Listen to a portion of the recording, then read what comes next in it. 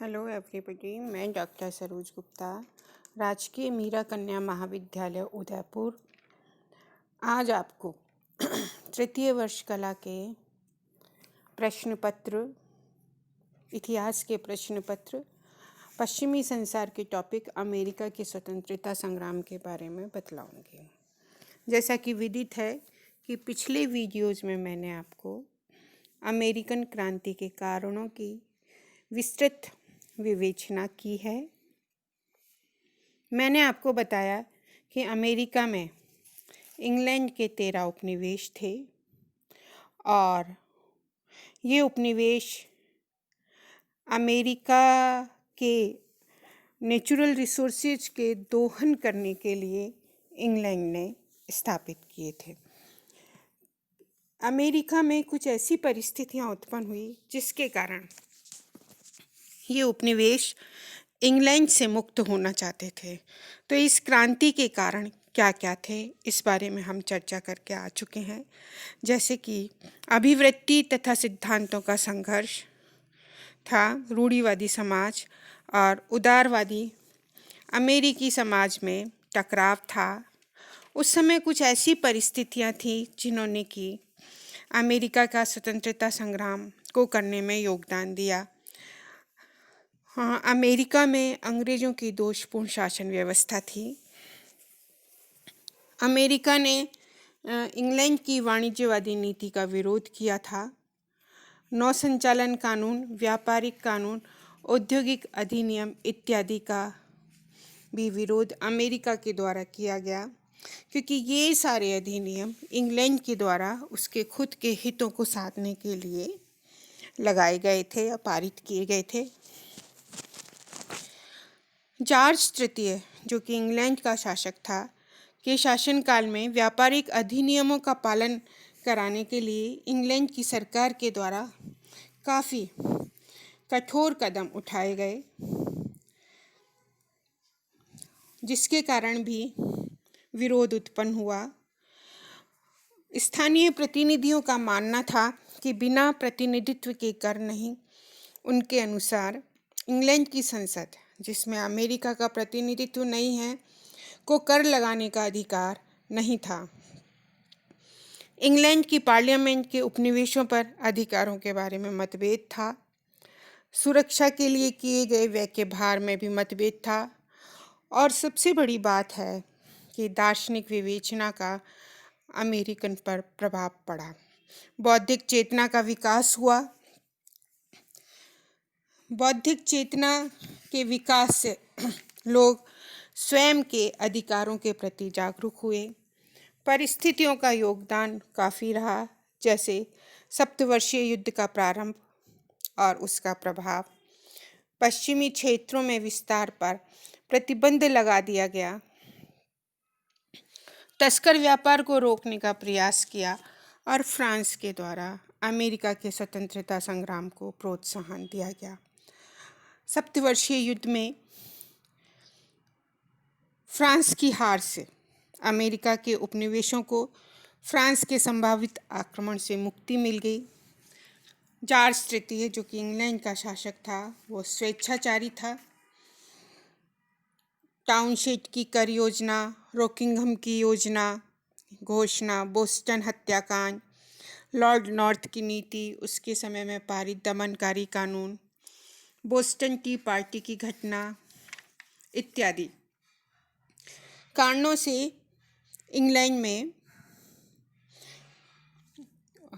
England के खिलाफ America का स्वतंत्रता संग्राम प्रारंभ हुआ।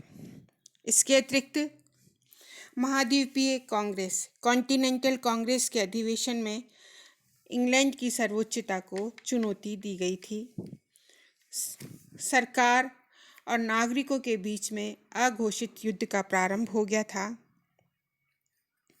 हमने पढ़ा था कि किस प्रकार से अघोषित युद्ध का प्रारंभ अमेरिका में हुआ। आज हम करेंगे द्वितीय महाद्वीपीय कांग्रेस। कॉनकॉर्ड और लेक्सिंगटन की घटना का पटापेक्ष भी नहीं हो पाया था कि मई 1775 में फिलाडेल्फिया में द्वितीय महाद्वीपीय कांग्रेस का अधिवेशन चालू हो गया। इस सभा में कुछ नए प्रतिनिधि भी आए, जिनमें बेंजामिन फ्रैंकलिन और थॉमस जेफरसन के नाम उल्लेखनीय हैं। जॉन हैनकॉक ने इसकी अध्यक्षता की थी। इस कांग्रेस ने सबसे महत्वपूर्ण निर्णय ये लिया कि मिलिशिया को कांग्रेस की सेना का न्यूक्लियस बनाया जाए या नाभिक बनाया जाए। 15 जून को जॉन एडम्स के सुझाव पर जॉर्ज वाशिंगटन को इस प्रस्तावित सेना का सेनापति नियुक्त कर दिया गया। कांग्रेस में इंग्लैंड के शोषण के विरुद्ध हथियार उठाने के कारणों पर भी प्रकाश डाला गया। कांग्रेस ने मैसाचुसेट्स के राज्य के युद्ध अभियान में पूर्ण सहयोग देने का वादा किया। यह निश्चय किया गया कि यह राज्य एक केंद्रीय सरकार का उत्तरदायित्व ग्रहण कर ले। इस सम्मेलन ने स्पष्ट कर दिया कि दासता के जीवन से स्वतंत्रता का जीवन अधिक श्रेष्ठकर है। इस प्रकार द्वितीय महाद्वीपीय कांग्रेस में एक महत्वपूर्ण निश्चय किया गया। इसके पहले अधिकांश उपनिवेशवासी पूर्णतः स्वतंत्रता की मांग नहीं कर रहे थे और संभवतः वे नहीं चाहते थे कि अमेरिकी उपनिवेश अपने मातृ राज्य से सभी संबंध विच्छेद कर लें, किंतु अब स्वतंत्रता के लिए संघर्ष आरंभ हो चुका था। प्रशासनिक क्षेत्र में ब्रिटिश अधिकारों के अंत का आरंभ हुआ। किस प्रकार हुआ, हम ये देखेंगे। क्रांति के आरंभ होते ही प्रशासनिक क्षेत्र में इंग्लैंड के अधिकारों का अंत किया गया। उपनिवेशों के गवर्नरों को भागना पड़ा। वहाँ की विधायक सभाओं ने सभी अधिकार ग्रहण कर लिए थे। सुरक्षा एवं निरीक्षण समितियों के माध्यम से कार्यपालिका के कार्य किए गए एवं अन्य उत्तरदायित्व भी निभाए गए। इनके आदेशों का पालन कराने के लिए नगरों एवं काउंटियों में स्थानीय समितियों को उत्तरदायित्व प्रदान किया गया। इस प्रकार हम देखते हैं उपनिवेशों की सरकारें क्रांतिकारियों के हाथ में आ गई थी। इन परिवर्तनों से ब्रिटिश सरकार अत्यंत चिंतित हुई। जॉर्ज तृतीय ने इसको विद्रोह की संज्ञा दी तथा उपनिवेशों में समस्त व्यापार पर जॉर्ज तृतीय के द्वारा प्रतिबंध लगा दिया गया। अब इस संघर्ष के प्रति अमेरिका के विभिन्न वर्गों का क्या दृष्टिकोण था, इस बारे में हम चर्चा करेंगे। अभी भी अमेरिका में अनेक नागरिक इंग्लैंड के नियंत्रण से मुक्त होकर स्वतंत्र होने के पक्ष में नहीं थे। उत्तर में अधिकांश लोग इंग्लैंड के शासन का समर्थन करते थे। मध्य के धनी किसान भी इसी मत के थे। दक्षिण के राज्यों के प्लांटर्स भी इंग्लैंड की राजशाही के पक्ष में थे। इंग्लैंड का समर्थन करने वाले अधिकांश लोग कुलीन वर्ग से थे। वे निष्ठावान थे तो वे लॉयलिस्ट कहलाए। इनकी संख्या अमेरिकी जनता का 1/3 भाग थी। क्रांति की इस अवधि में इनका दमन किया गया। उत्तर के किसानों, कारीगरों, व्यापारियों ने क्रांति का समर्थन किया। दक्षिण के कुछ प्लांटर्स जो इंग्लैंड की वाणिज्यवादी नीति के विरोधी थे, उन्होंने भी इसका पक्ष लिया। क्रांति के समर्थक देशभक्त कहलाए। इसके पश्चात हम देखते हैं कि सबसे महत्वपूर्ण घटना घटित हुई, वह थी स्वतंत्रता की घोषणा। अभी तक क्रांति के समर्थक यह निश्चय नहीं कर पाए थे कि क्रांति के पश्चात उपनिवेशों का क्या स्वरूप होगा और क्रांति का लक्ष्य किस प्रकार से और क्या निश्चित होगा। 1776 के आरंभ में यह स्पष्ट हो गया था कि इंग्लैंड की सरकार अमेरिकी उपनिवेशों से किसी प्रकार का समझौता करने के लिए तैयार नहीं है। वह अपनी सैनिक स्थिति को सुदृढ़ करने का प्रयत्न कर रही है। फिर भी उपनिवेशवासी अपने भविष्य के लिए अंतिम निर्णय करने में संकोच कर रहे थे, किंतु इस दिशा में एक अंग्रेज अप्रवासी टॉमस पेन द्वारा प्रकाशित एक चौपन्ना मतलब पम्फलेट जिसका शीर्षक कॉमन सेंस था, उसने उपनिवेशवासियों को अनिश्चितता के मार्ग से हटाकर निश्चित लक्ष्य की दिशा में खड़ा कर दिया था। पेन ने लिखा है कि ब्रिटिश शासकों की तुलना में उपनिवेशवासी अपने प्रदेश के शासन को अच्छी तरह चला सकते हैं तथा एक नए समाज की रचना के लिए यह स्वर्ण अवसर है। अपने देश की स्वतंत्रता के लिए किए गए कार्य अवैध नहीं हैं, क्योंकि प्रत्येक व्यक्ति को अपने उदार आदर्शवाद तथा प्रबुद्ध स्वार्थों के अनुसार जीवित रहने का अधिकार है। पेन से प्रभावित होकर द्वितीय महाद्वीपीय कांग्रेस ने 1776 के मध्य में सभी उपनिवेशों से स्वतंत्र सरकारों की स्थापना करने का आह्वान किया। हेनरी ली ने स्वाधीनता की स्थापना के लिए कांग्रेस के सम्मुख एक प्रस्ताव रखा कि वह इसको मान्यता देकर स्वतंत्रता का मार्ग प्रशस्त करे। न्यूयॉर्क के राज्य को छोड़कर अन्य सभी उपनिवेशों के प्रतिनिधियों ने इस प्रस्ताव का समर्थन किया।